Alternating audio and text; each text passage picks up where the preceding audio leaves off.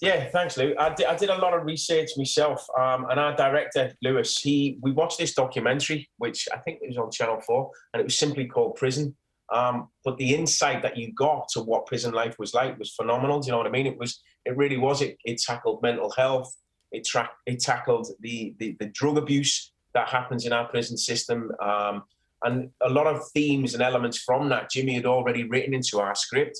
So it was a great kind of bridge to creating a character for me personally. And then I spent a little bit of time with a prison warden, and we went round opening cell doors, having a look in, and I just picked his brains, you know what I mean? I became like a sponge, and I asked him a lot of questions, and he taught me a lot of things physically about what you should do with your body when you open the door and where you should stand and all of those kind of things. And then it's just what happens is the wonderful crew, everyone across the boards, they create this wonderful environment along with our director, whereas us as actors, then our job's quite simple. We just get in there and play and try and make it as truthful and as authentic as possible. I could sit here and talk to you for at least 2 hours about Yes. Line of Duty, but I know there's other things I'd love to talk to you about this morning, because one of the other things you're working on, I don't know if you started this yet, actually, you are Mr. Wormwood, aren't you? You're Matilda's father. I am, yeah. I'm really looking forward to that.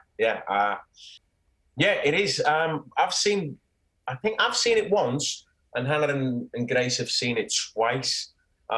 We watched it at the West End, and I just thought it was phenomenal. I thought it was fantastic. One of my friends, actually, Steve, he played Mr. Wormwood, so I felt a little bit guilty when I got cast as Mr. Steve, I'm interested that you keep looking up when you mention your wife. She's not watching from the ceiling, is she? Is she in the room above you? No, she's up.